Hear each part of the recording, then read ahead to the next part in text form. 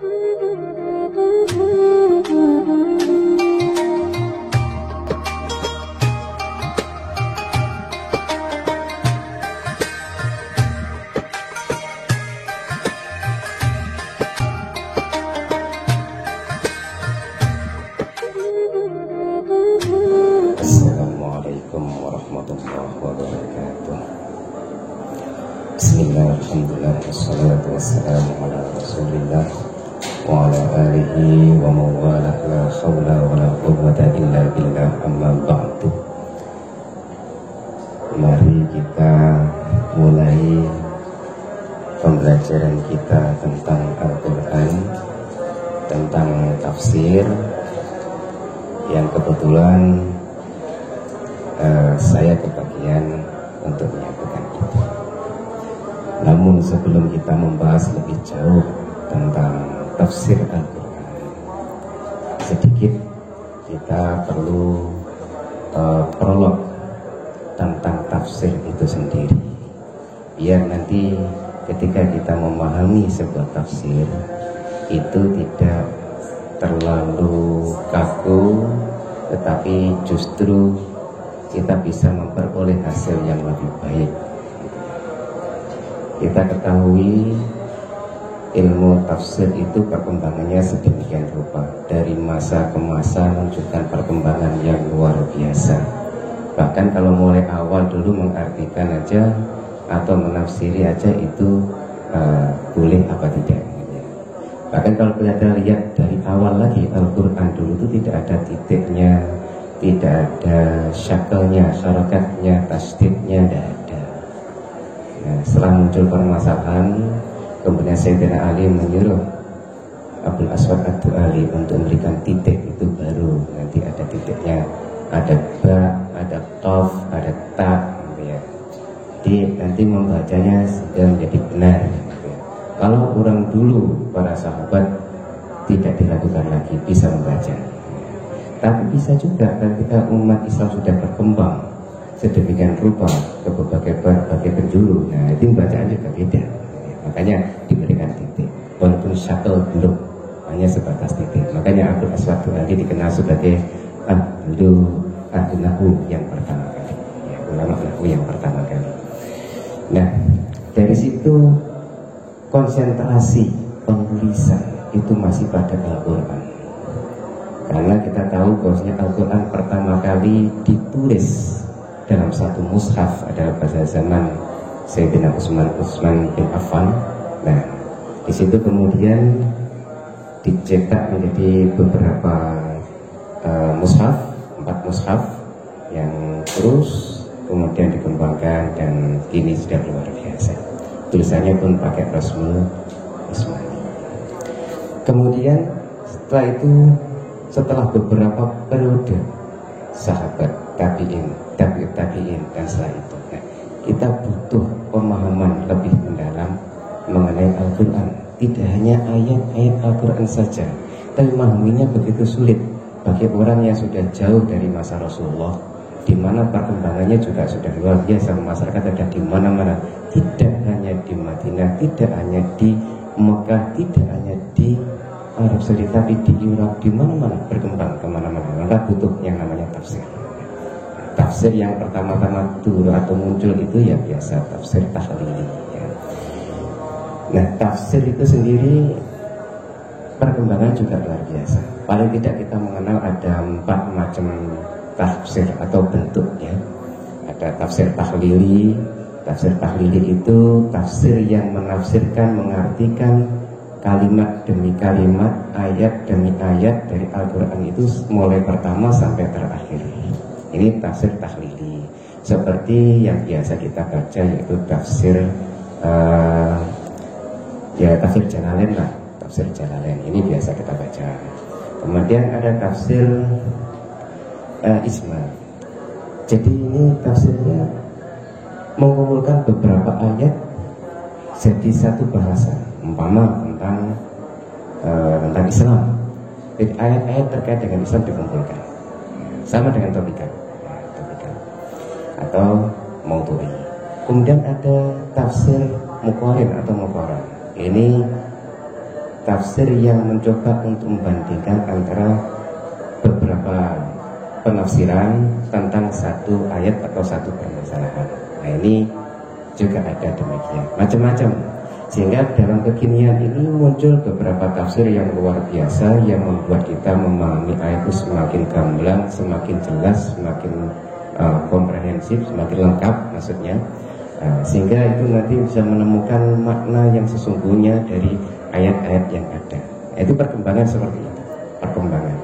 Bahkan dari satu kalimat saja bisa dikembangkan sedemikian. Jadi perpaduan dari berbagai sisi dari berbagai sudut pandang itu bagus hasilnya. Seperti gini, kalimat tasbih dalam Al-Quran itu punya makna yang luar biasa. Kalau dalam penafsiran awal, dalam penafsiran pada awal-awal itu ditafsirkan subhanallah. Itu artinya maha suci Allah, subhanallah, subhanallah, maha suci Allah. Maha suci dari apa? Dari kemusyrikan, dari kesirikan, dari dan lain-lain semacam itu. Tetapi seiring dengan perkembangan ilmu pengetahuan di akhir zaman ini, pemahaman tasbih di situ itu menjadi berkembang sedemikian rupa. Tidak hanya suci dari kemusyrikan, tapi segala tandingan, sehingga ayat itu betul-betul menjadi ayat yang mukjiz, ayat yang mempunyai kekuatan yang tidak tertandingi, menunjukkan kehebatan Allah. Karena tasbih berarti selamanya, sampai kapanpun insya Allah tidak akan terjadi. Contoh saja, subhanalladzi asra bi 'abdihi lailan minal masjidil haram ilal masjidil aqsa alladzi barakna haulahu linuriyahu min ayatihi innahu sami'un. Nah, dari ayat itu sampai kekinian itu tidak ada satupun yang bisa menandingi. Allah menginstruksikan Nabiullah Muhammad SAW dari Masjidil Haram ke Masjidil Aqsa dalam waktu sekejap, kemudian dinaikkan, dimi'rajkan ke Sidratul Muntaha, sampai kembali lagi. Di sana ada dialog dan seterusnya dengan Allah, dengan para nabi, kemudian sampai kembali ke Masjidil Aqsa dan sampai kembali lagi ke Masjidil Haram. Itu hanya seperti gamelan, karena tidak ada satupun yang mampu mencapai itu. Sampai hebatnya Amerika sekarang ini pun belum bisa menandingi perjalanan itu, hanya secuil aja tidak bisa. Sehingga di situ kalau dianalisis, dipikir-pikir, memang luar biasa, tidak tertandingi. Contoh ya, Amerika tahun 2006 itu mengirim pesawat ulang-alik keluar angkasa menuju planet yang bernama Pluto, yang sekarang sudah tidak diakui sebagai planet lagi. Ya, dulu planet ke-9. Itu membutuhkan waktu 9 tahun, memakai tenaga nuklir dibantu dengan gaya gravitasi Jupiter. Itu 9 tahun, 2015 baru nyampe sana, mengadakan observasi di sana. Kalau sudah dianggap cukup, kembali ke bumi butuh 9 tahun lagi. Tapi Allah menjalankan Nabi Muhammad cuma sekejap, sepertiga malam sudah tuntas kesemuanya. Nah, tidak tertandingi sampai kapan, sampai kekinian pun tidak tertandingi. Tapi orang-orang dulu kok percaya karena keimanannya kuat. Beda dengan orang sekarang. Kalau sekarang dibuktikan, ya tetap tidak membunuh. Makanya tasbih di situ menunjukkan kesucian Allah dari segala hal yang bisa menandingi Allah Subhanahu wa Ta'ala. Nah, ini perkembangan penafsiran contoh. Jadi tidak hanya suci dari kemusyrikan saja, gitu ya. Contoh penafsiran, gitu ya.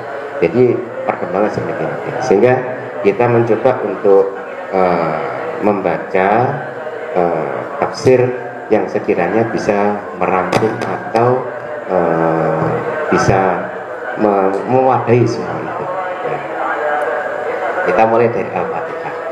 Surat Al-Fatihah. Surat Al-Fatihah itu diawali dengan Bismillah. Di Al-Quran manapun, mushaf manapun pasti ada Bismillah. Misalnya Bismillah, Alhamdulillah. Bismillahirrahmanirrahim. Alhamdulillahi Rabbil Alamin. Ar-Rahmanirrahim. Maliki yawmiddin. Iyyaka na'budu wa iyyaka nasta'in. Ihdinas siratal mustaqim.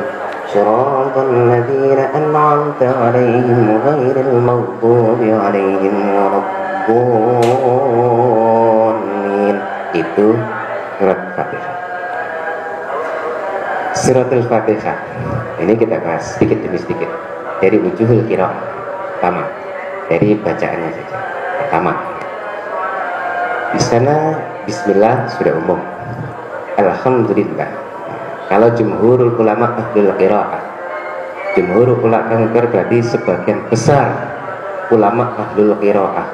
Ulama ahlul qiraah itu bukan berarti ulama yang pandai baca Al-Quran dengan suara yang merdu seperti Muammar itu, bukan saja itu, tetapi ulama yang ahli tentang bacaan Al-Quran, ya, itu dulu, bukan sekarang.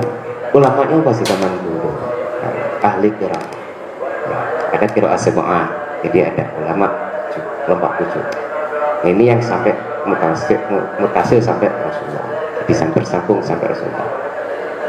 Jumhur ulama membaca alhamdulillah, alhamdulillah, dhamidal, jadi tanya di dhamma. Tapi ada juga Imam Sufyan bin Uyainah membaca alhamdulillah bin nasbi, dinasabkan alhamdulillah. Ibnu Al-Ambari juga mengatakan demikian, dibolehkan bin nasbi alhamdulillah, ay ahmadu billah, katanya begitu, ya, ahmadullah. Dan kemudian Abu Hayyan juga membaca di dhammah alhamdulillah, tetapi juga boleh alhamdulillah. Tetapi kita bagaimana? Kita tetap alhamdulillah, karena kita mengikuti jumhur ulama, sebagian besar ulama ahlul qiraah, ya, alhamdulillah. Begitu juga Rabbul Alamin, Rabbil Alamin, alhamdulillahi Rabbil Alamin, itu para ulama ahlul qiraah, sebagian besar mengatakan demikian, Rabbil Alamin, ya, dikasih juga. Sedangkan Imam Zaid bin Ali itu membacanya Rabbal Alamin, alhamdulillahi Rabbil Alamin, alhamdulillahi Rabbil Alamin, begitu Imam Zaid bin Ali. Kenapa? Karena beliau mengatakan amdahu Rabbal Alamin, jadi Rabbal Alamin amdahu Rabbal, maksudnya demikian, sehingga pakai Rabbal Alamin. Sehingga Imam Al-Qurtubi juga mengatakan boleh Rabbil Alamin, boleh Rabbal Alamin. Namun kita sebagaimana yang kita pelajari sejak kecil, yang dibaca oleh jumhur ulama, sebagian besar para ulama ahlul qiraah membacanya tetap alhamdulillahi rabbil alamin. Itu hanya sekedar pengetahuan saja. Kemudian berikutnya yang sering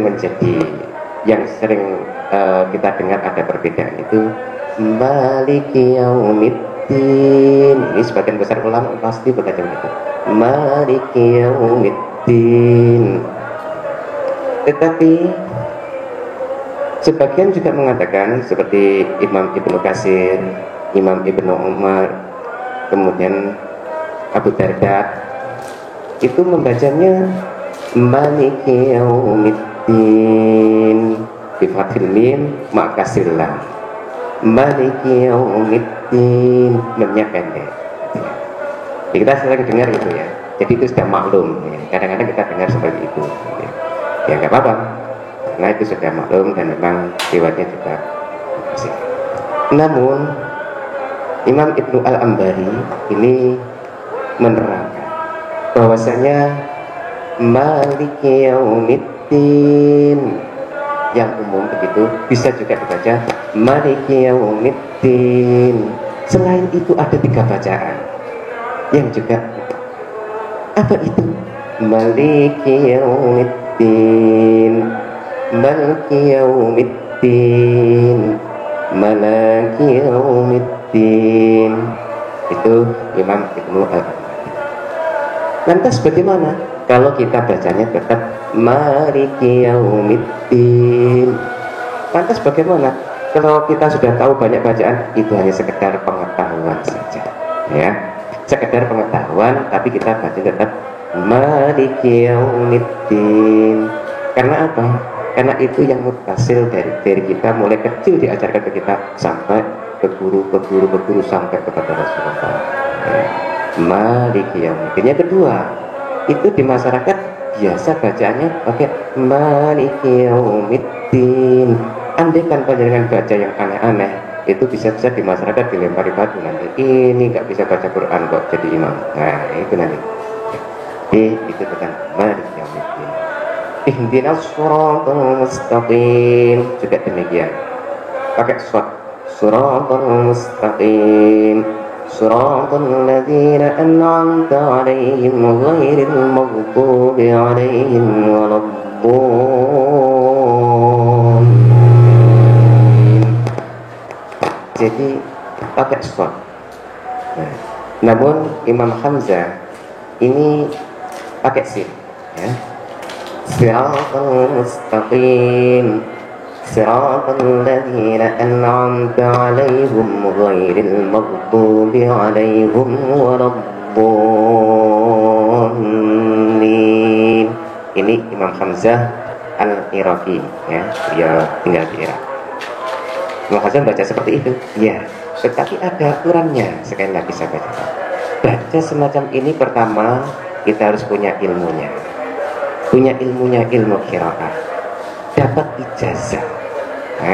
Ijazah dari guru kita itu sampai kepada Zohar Mutasir.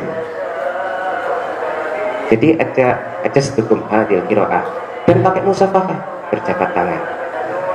Nah itu kita punya qiraah, tidak punya jalur qiraah. Harus ada seperti ini, dan seperti itu ada satu qadhiyah. Masing-masing bacaan bisa berubah. Itu satu qadhiyah dulu. Atau mas, ini makanya kalau kita ya baca yang biasa saja. Ihdinas siratal mustaqim, siratal ladzina an'amta 'alaihim ghairil maghdubi 'alaihim waladdallin. Begitu ya. Baik, saudara-saudaraku sekalian yang saya hormati, kita lanjutkan ke al-ahkam syar'iyyah. Hukum yang pertama yang muncul adalah pertanyaan, halil basmalah ayatun bil Quran. Apakah bismillah itu termasuk ayat dari Al-Quran? Kalau kita dengar di Makkah itu kadang-kadang Alhamdulillahi Rabbil Alamin Ar-Rahmanir Rahim Maliki Yaumiddin. Bismillah gak denger gitu ya. Kadang-kadang kan begitu ya. Tetapi tetap 7 ayatnya, As-Sab'ul Masani, 7 ayat berulang-ulang. Kalau bismillah tidak masuk, maka ayat pertama adalah Alhamdulillah. Maka ayat ke-7 adalah Siratal ladzina an'amta 'alaihim ghairil maghdubi 'alaihim waladdallin. Itu ayat ke-7. Jadi ada penggalan. Ihdinas siratal mustaqim, siratal ladzina an'amta 'alaihim. Nah, ini ayat ke-6. Ghairil maghdubi 'alaihim waladdallin. Yang ke-7 itu kalau tidak mengakui bismillah sebagai bagian dari Al-Quran ya. Tetapi ajma'al ulama ala annal basmalah al-waridah fi suratin Naml hiya juz'un min ayatin. Jadi para ulama itu sepakat bahwasanya basmalah yang pertama, basmalah bismillahirrahmanirrahim yang ada dalam surat An-Naml itu merupakan bagian dari Al-Quran dan bagian dari ayat itu ya, bagian dari ayat. Fi qouli ta'ala innahu min Sulaiman wa innahu bismillahirrahmanirrahim alla ta'alu alayya wa'tuni muslimin. Dalam ayat itu ada bismillahnya ya. Bismillah di sini itu disebutkan dalam ayat ini bagian dari ayat tersebut. Ayat ini mengisahkan tentang Nabi Sulaiman yang berkirim surat kepada Ratu Bilqis yang isinya Allah ta'lu alayya wa'tuni muslimin, supaya Ratu Bilqis itu tunduk kepada Raja Sulaiman. Nah, ini suratnya demikian. Jadi ada bismillahnya di situ. Jadi sehingga bismillah di sini diakui sebagai bagian dari Al-Quran yang ada dalam surat An-Naml. Ya. Walakinnahum ikhtalafu hal hiya ayatun min Fatihah. Tetapi para ulama ini berbeda pendapat. Apakah bismillah ini termasuk bagian dari surat Al-Fatihah? Wa min awwali kulli suratin amla. Dan apakah bismillah itu merupakan bagian dari setiap surat, di awal surat yang ada dalam Al-Quran ya, awal surat surat An-Naml ada bismillah di awal, apakah itu bagian juga dari surat An-Naml? Surat Al-Ikhlas di awal dengan bismillah, apakah bismillah itu bagian dari surat Al-Ikhlas atau tidak? Nah, dari sini ada beberapa pendapat. Paling tidak itu ada 3 pendapat. Yang pertama, ya ayatun al-Fatihah wa min kulli suratin al-Qur'an. Yang pertama adalah pendapat Syafi'iyah yang mengatakan bahwasanya bismillah adalah bagian dari surat Al-Fatihah, sehingga bismillah menjadi ayat yang pertama dari surat Al-Fatihah. Bismillahirrahmanirrahim. Alhamdulillahi rabbil alamin. Bismillah mesti dibaca, harus dibaca. Setiap surat harus dibaca. Kalau suratnya jar, bismillah juga harus dibaca jar atau keras, karena itu bagian dari surat Al-Fatihah. Di Indonesia sebagian besar bermadzhab Syafi'i dan mengikuti dan mengambil bahwa bismillah adalah bagian dari surat Al-Fatihah. Makanya ketika kalau kita sholat, imamnya baca Fatihah harus dijaga, gitu ya. Bahkan dalam Syafi'iyah itu dikatakan wa min kulli suratin al-Qur'an, dan setiap surat yang ada dalam Al-Quran itu pasti ada bismillahnya, dan bismillah menjadi bagian dari surat. Nah, ini pendapat Syafi'iyah. Kemudian ada lagi yang berpendapat berbeda, yaitu kelompok Malikiyah, Malik bin Anas, ya, Malik bin Anas. Imam Malik bin Anas itu gurunya Imam Asy-Syafi'i. Ya. Beliau mengatakan laisat ayatun la minal Fatihah. Jadi bismillah itu tidak termasuk ayat dari Fatihah, juga tidak termasuk dari Al-Quran, tidak termasuk dari surat-surat Al-Quran misalnya, di awalnya itu tidak termasuk, kecuali surat An-Naml, di dalamnya itu ada bismillah, itu termasuk, kecuali itu. Ini Imam Malik bin Anas, jadi tidak termasuk ayat surat Fatihah. Kemudian yang ketiga adalah ini pendapat Hanabilah, Hanafiyah. Hanafiyah itu kalau kita biasa menyebutnya Imam Hanafi, ya, Hanafiyah mengatakan ia ayatun kamatun al-Quran. Bismillah itu merupakan bagian dari Al-Quran, ayat yang ada dalam Al-Quran secara sempurna.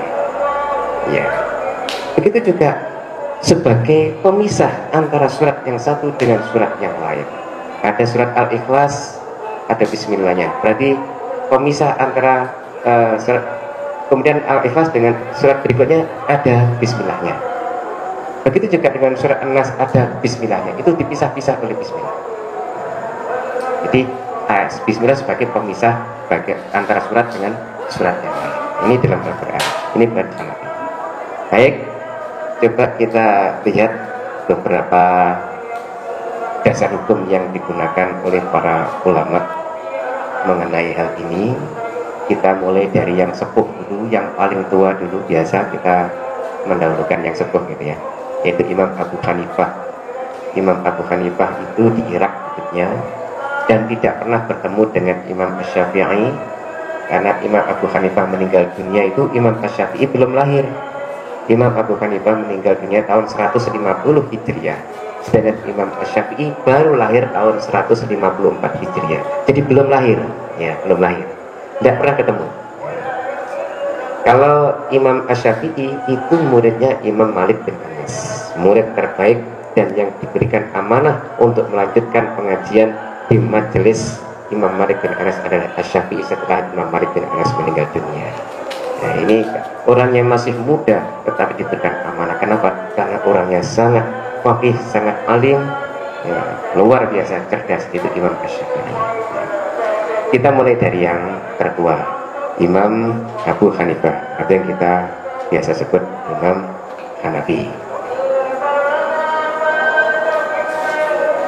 Imam Abu Hanifah mengatakan bahwasanya basmalah itu merupakan bagian dari Al-Quran, merupakan pemisah antara surat satu dengan surat yang lain. Kita lihat, beliau mendasarkan pada beberapa hal. Imam Abu Hanifah. Yang pertama, bahwasanya di dalam Al-Quran itu setiap mushaf Al-Quran yang ditulis mesti ada bismillahnya. Dalam surat Al-Fatihah mesti ada Fatihah, mesti ada basmalah. Ya dulu ala annaha Quran, itu menunjukkan bahwa basmalah itu bagian dari Al-Quran. Walakinlah ya dulu ala anha ayatun min kulli surah, tetapi itu tidak menunjukkan bahwasanya basmalah bagian dari setiap surah atau ayat dari sebagian dari setiap surah. Nah, jadi itu hanya pemisah. Adapun beberapa dasar yang menunjukkan bahwasanya bismillah itu tidak termasuk Fatihah, tetapi dia tapi wajib dibaca ketika sholat. Jadi baca ketika sholat dibaca, hanya saja tidak dikeraskan. Bismillahirrahmanirrahim. Alhamdulillahirabbil alamin. Ini berarti madzhab Hanafi. Itu madzhab Hanafi. Jadi ini bagian dari Al-Quran, memuliakannya, maka tetap dibaca, tetapi dibaca pelan. Nah, yang dibaca jahar setelah itu, Alhamdulillahirabbil alamin, Ar-Rahmanir-Rahim, Maliki Yaumiddin. Itu yang dibaca jahar atau keras. Ini anaknya. Kemudian di samping itu basmalah juga dibaca ketika membaca surat-surat yang lain, tetapi dibaca pelan, tidak membagi bagian dari surat-surat yang lain. Ya, sama dengan Fatihah, tetapi dibaca tapi pelan. Ya. Itu jadi hampir sama. Setelah itu kita lihat Imam Malik bin Anas. Imam Malik bin Anas atau madzhab Maliki. Imam Malik bin Anas ini merupakan gurunya Imam Asy-Syafi'i. Dulu sebelum Imam Asy-Syafi'i berdiri sendiri sebagai seorang imam mujtahid mutlak dan mustaqil, ya, mujtahid mustaqil yang mustaqil, dulu madzhabnya sama dengan Imam Malik. Sama, kenapa? Karena murid beliau, murid terbaik, makanya diberi amanah, diberi kepercayaan untuk melanjutkan majelis pengajiannya Imam Malik bin Anas adalah Imam Asy-Syafi'i, ya, di Madinah sana. Nah, setelah Imam Malik meninggal dunia, Imam Asy-Syafi'i ini sebentar di sana, kemudian pergi ke Irak, mengembara ke Irak mencari ilmu pengetahuan, ilmu lebih lanjut, dan juga bertemu dengan para ulama-ulama di Irak sana. Kemudian ada majelis ilmi di sana, dan akhirnya Imam Asy-Syafi'i pun mengajar di Irak 2 tahun di sana. Kemudian kembali ke Madinah, kemudian ke Mekah. Di Mekah ke Nabi Mekah. Nah, setelah belajar di Mekah pada para ulama di Mekah di sana, kemudian kembali ke Madinah sebentar, kemudian ke Irak lagi. Nah, di Irak ini akhirnya punya beberapa murid yang juga mujtahid mutlak mustaqil, ya. Jadi tidak hanya mujtahid fil madhab, juga tidak fil manhaj, tapi bisa melahirkan manhaj metode istinbat hukum sendiri, seperti Imam Ahmad bin Hanbal atau mazhab Hambali, ya. Imamnya mazhab Hambali namanya Imam Ahmad bin Hanbal. Beliau ini juga muridnya Imam Asy-Syafi'i dalam qaul qadimnya Imam Asy-Syafi'i. Sama, kenapa? Karena murid beliau, murid terbaik, makanya diberi amanah, diberi kepercayaan untuk melanjutkan majelis pengajiannya Imam Malik bin Anas adalah Imam Asy-Syafi'i, ya, di Madinah sana. Nah, setelah Imam Malik meninggal dunia, Imam Asy-Syafi'i ini sebentar di sana, kemudian pergi ke Irak, mengembara ke Irak mencari ilmu pengetahuan, ilmu lebih lanjut, dan juga bertemu dengan para ulama-ulama di Irak sana. Kemudian ada majelis ilmi di sana, dan akhirnya Imam Asy-Syafi'i pun mengajar di Irak 2 tahun di sana. Kemudian kembali ke Madinah, kemudian ke Mekah. Di Mekah ke Nabi Mekah. Nah, setelah belajar di Mekah pada para ulama di Mekah di sana, kembali ke Madinah sebentar, kemudian ke Irak lagi. Nah, di Irak ini akhirnya punya beberapa murid yang juga mujtahid mutlak mustaqil, ya. Jadi tidak hanya mujtahid fil madhab, juga tidak fil manhaj, tapi bisa melahirkan manhaj metode ijtihad hukum sendiri, seperti Imam Ahmad bin Hambal atau mazhab Hambali ya. Imamnya Malakali namanya Imam Ahmad bin Hambal. Beliau ini juga muridnya Imam Asy-Syafi'i dalam qaul qatimnya Imam Asy-Syafi'i ya. Kemudian Imam Abu Daud Al-Dhahiri. Imam Daud Al-Dhahiri ini juga muridnya Imam Asy-Syafi'i ketika di Irak periode kedua. Kemudian Imam As-Sawri. Imam As-Sawri juga seorang mujtahid. Mutlak. Beliau juga muridnya Imam Asy-Syafi'i di Irak dalam qaul qatimnya. Nah, hanya saja dua orang mujtahid mutlak mustaqil ini yang namanya Imam As-Sawi dan Imam Daud Al-Dhahiri ini mazhabnya tidak berlangsung sampai sekarang. Kenapa? Ya karena kehabisan generasi. Tetapi yang Imam Ahmad bin Hambal ini sempat menyempit, hampir hilang mazhabnya, tetapi kemudian tumbuh lagi dan berkembang. Bahkan sekarang berkembang beredar di mana-mana. Ini muridnya Imam Asy-Syafi'i dalam qaul qadim. Setelah itu Imam Asy-Syafi'i hijrah dari Irak ke Mesir, belajar juga, berkenalan, mencari ilmu. Di sana ketemu dengan para ulama sehingga menemukan beberapa dasar hukum baru. Sama ketika ke Irak juga menemukan dasar hukum baru, ke Mekah menemukan dasar hukum baru, hadis-hadis baru. Ketika di Mesir pun demikian. Saya contohkan. Seperti air mustakmal. Itu menurut Imam Asy-Syafi'i dalam qaul qadim itu sama dengan mazhabnya Imam Malik bin Anas karena muridnya. Terus gimana kata beliau? Tahirun. Jadi suci dan mensucikan. Namun setelah pindah ke Mesir menemukan dasar-dasar hukum baru, menemukan hadis-hadis yang belum ditemukan waktu itu, akhirnya mengatakan air mustakmal itu suci tetapi tidak mensucikan. Nah, ini perbedaannya.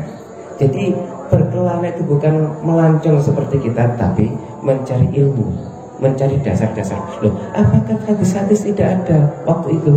Ada, tapi ada di tangan penghafal hadis. Kitab hadis belum ada. Imam Al-Bukhari belum ada. Bahkan Imam Al-Bukhari saja mazhabnya Syafi'i. Asy-Syafi'i. Jadi setelah Asy-Syafi'i itu belum ada kitab-kitab hadis itu. Yang ada hanyalah Al-Muwatta, kitabnya Imam Malik bin Anas. Nah, baik, kita kembali lagi. Malikiyah yang dikomandan Imam Malik mengatakan bahwasanya annal basmalah laisa ayatun al-Fatihah. Bahwasanya bismillah tidak termasuk bagian dari Al-Fatihah. Wala Al-Qur'an, dan tidak termasuk bagian dari Al-Quran. Apa yang mendasar Imam Malik seperti ini? Hadis Aisyah radhiyallahu anha. Kana Rasulullah sallallahu alaihi wasallam yaqtadiqus salata bit takbir wal qira'ah bilhamdillahi rabbil alamin. Jadi itu mengambil dasar dari hadisnya Aisyah radhiyallahu anha, bahwasanya Rasulullah itu ketika memulai sholat dengan takbir, kemudian langsung baca alhamdulillahirabbil alamin. Ya, itu yang jadikan dasar. Kemudian ada lagi masih hadis Aisyah. Shallaitu khalfan Nabi sallallahu alaihi wasallam dan seterusnya. Panjang hadisnya. Beliau yaftatihuna, jadi Nabi, Abu Bakar, Umar, Utsman ketika sholat itu yaftatihuna bilhamdulillahirabbil alamin. Jadi dimulai dengan alhamdulillahirabbil alamin. Ini yang diriwayatkan dari Aisyah sampai pada Imam Malik bin Anas. Ya. Kemudian ini kemudian dijadikan dasar. Beliau mengatakan bahwasanya bismillah tidak termasuk bagian dari surat Al-Fatihah. Kemudian beliau juga mengatakan bahwasanya tidak termasuk dari surat-surat yang ada dalam Al-Quran di awalnya itu. Jadi laisat minal Quran maksudnya bukan tidak termasuk bagian dari Al-Quran. Kalau bagian dari Al-Quran pasti, yaitu dalam surat An-Naml tadi. Innahu min Sulaimana wa innahu bismillahirrahmanirrahim. Tapi kalau bagian dari surat-surat Al-Qurannya, setiap surat pasti ada basmalahnya, yaitu tidak termasuk ayat di dalamnya. Nah ini termasuk pendapatnya Imam Malik bin Anas. Kemudian ini menjadi dasar beliau untuk menetapkan demikian, bahwasanya basmalah tidak termasuk bagian dari Al-Fatihah, juga dari surat-surat yang lain. Imam Asy-Syafi'i dulu juga demikian, sama, karena mulutnya Imam Malik bin Anas. Setelah beliau berkelana ke berbagai negeri, bertemu dengan para ulama ahli hadis, dapat beberapa hadis yang lain. Kemudian beliau kan juga terkenal orang yang meneliti hadis itu sendiri, sanadnya maksudnya. Oh ini dari mana? Oh sanadnya dari ini, dari ini, dari ini, dan seterusnya. Sehingga itu merubah pendirian beliau, dan dasar hadis-hadis baru itulah yang dijadikan dasar untuk menjadi pendapat beliau. Nah, memang seperti itu. Para ulama demikian memang dulu. Saya contohkan lagi ya sebelum kita bahas. Imam Abu Hanifah atau Imam Hanafi yang kita sebutkan itu mengatakan bahwasanya wali nikah itu tidak wajib dalam pernikahan. Kenapa? Karena tidak ada hadis yang menunjukkan kewajibannya. Ada, mana? La nikah illa biwaliin, tidak sah nikah tanpa wali. Nah, hadis ini dalam penelitian Imam Abu Hanifah itu hadisnya dhaif karena tidak bersambung sampai Rasulullah. Tetapi ingat bahwasanya Imam Abu Hanifah mengatakan idza sahhal hadisu an Rasulullah sallallahu alaihi wasallam bahwa madhabi. Apabila hadis itu sah sahih dari Rasulullah, maka itu adalah pendapatku. Artinya apa? Kalau ternyata ada hadis yang menyatakan kewajibannya keberadaan wali itu wajib dalam setiap pernikahan, itu sahih dari Rasulullah, maka ikutilah hadis itu. Gampangannya begitu. Ternyata dalam riwayat-riwayat yang lain, karena Imam Hanifah waktu itu belum ada kodifikasi hadis, belum ada, Imam Al-Bukhari belum ada, Sahih Al-Bukhari belum ada, dan seterusnya, belum ketemu. Nah, ketika dalam riwayat yang lain sampai Imam Al-Bukhari, Muslim, dan seterusnya, bahkan sampai Imam Masyarakat sudah mengatakan hadisnya itu sahih, nah bersambung sanadnya sampai Rasulullah, sehingga la nikah illa biwaliyin, bahwasanya tidak sah nikah tanpa wali, sehingga itu menjadi rukun nikah. Nah, akhirnya ada dasar ini, sehingga pendapat yang tadi mengikuti pendapat yang baru. Kenapa? Karena ada hadis yang sahih. Nah, hadis tadi yang pertama dipakai Imam Hanifah yang tidak dikatakan sahih karena dalam penelitian beliau tidak sahih. Jalur yang dilewati sampai Imam Hanifah, hadis dari Rasulullah sampai Imam Hanifah itu tidak sahih. Tapi melalui riwayat yang lain, jalur periwayatan ini sahih, bersambung sampai Rasulullah. Nah ini sehingga pendapat ulama berikutnya mengikuti pendapat hadis yang memang ada jalur sahihnya, yang jalurnya sahih itu. Baik, kemudian yang terakhir, imam yang terakhir dari Imam Asy-Syafi'i mengatakan ada sebuah hadis dari diriwayatkan oleh Imam Abu Hurairah anin Nabi sallallahu alaihi wasallam annahu qala idza qara'tumul hamdalillahi rabbil alamin faqra'u bismillahirrahmanirrahim. Jelas sekali ya. Hadis dari Abu Hurairah. Abu Hurairah perawi hadis yang paling banyak periwayatannya. Itu mengatakan anin Nabi sallallahu alaihi wasallam, beliau dari Nabi sallallahu alaihi wasallam, annahu qala, sebetulnya Rasulullah itu bersabda, idza qara'tumul hamdalillahi rabbil alamin faqra'u bismillahirrahmanirrahim. Apabila kamu membaca alhamdulillahirabbil alamin seterusnya surat Al-Fatihah itu, maka bacalah bismillahirrahmanirrahim. Innaha ummul Qur'an. Setuhune surat Al-Fatihah itu ummul Qur'an. Ummul Qur'an itu ya induknya Al-Qur'an, intinya Al-Qur'an. Wa ummul kitab, dan ummul kitab. Wasabul masani, dan As-Sabul Masani itu nama lain dari Al-Quran, itu 7 ayat yang dibaca berulang-ulang. Lalu iya, karena dalam setiap sholat, setiap rakaat pasti kita baca Fatihah. Kalau nggak baca Fatihah, ya sah. La sholat liman lam yaqra bi Fatihatil kitab. Tidak sah sholat seseorang yang tidak membaca surat Al-Fatihah. Ini dasar Imam Asy-Syafi'i. Kemudian hadis Ibnu Abbas. Hadis dari Ibnu Abbas radhiyallahu anhu. Anna Rasulullah sallallahu alaihi wasallam kana yaftatihu as-salata bi bismillahirrahmanirrahim. Bahwasanya Rasulullah ketika sholat itu membuka dengan kalimat bismillahirrahmanirrahim, kemudian dilanjutkan alhamdulillahirabbil alamin arrahmanirrahim maliki yaumiddin dan seterusnya. Artinya apa?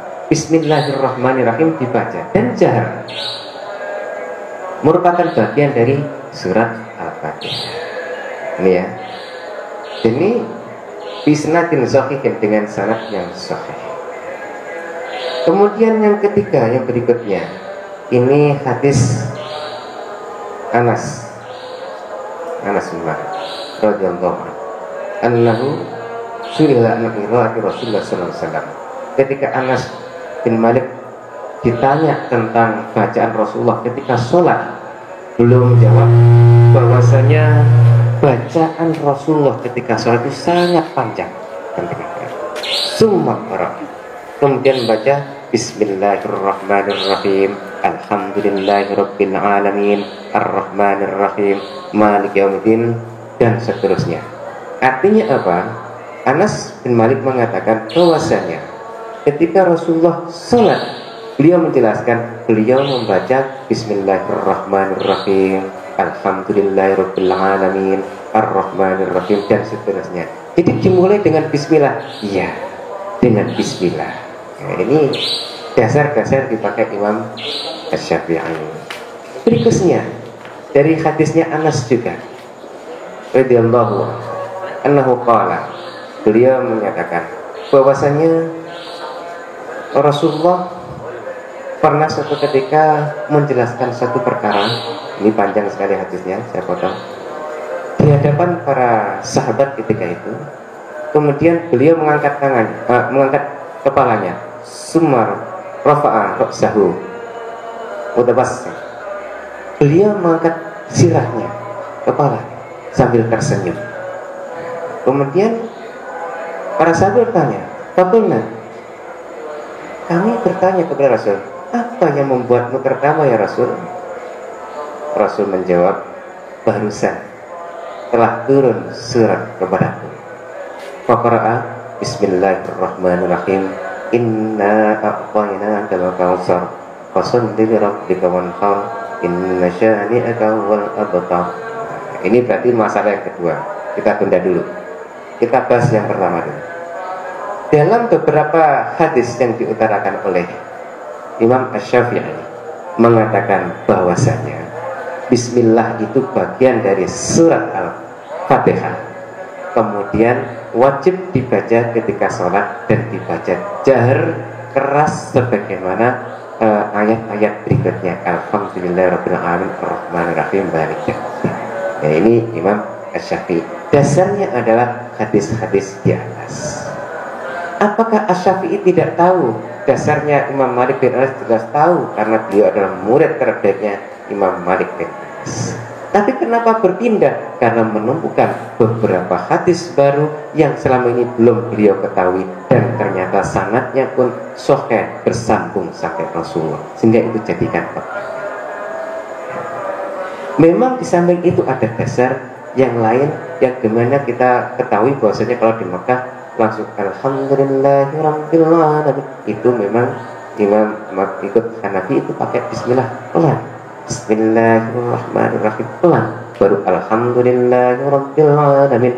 Nah, kalau baca seperti ini bismillah tetap diikutkan.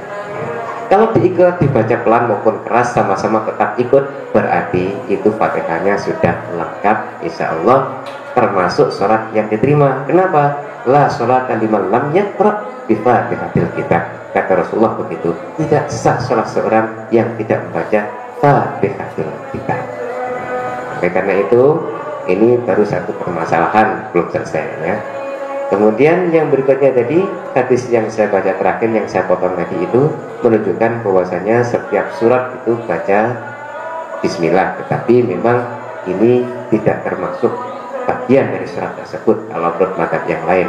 Kalau Asy-Syafi'i termasuk bagian. Nah, ini tapi dari pengertian. Baik, yang Bapak-bapak, Ibu dan saudara sekalian yang saya hormati, karena waktunya sudah habis, kami cukupkan sekian, kurang lebihnya mohon maaf. Assalamualaikum warahmatullahi wabarakatuh.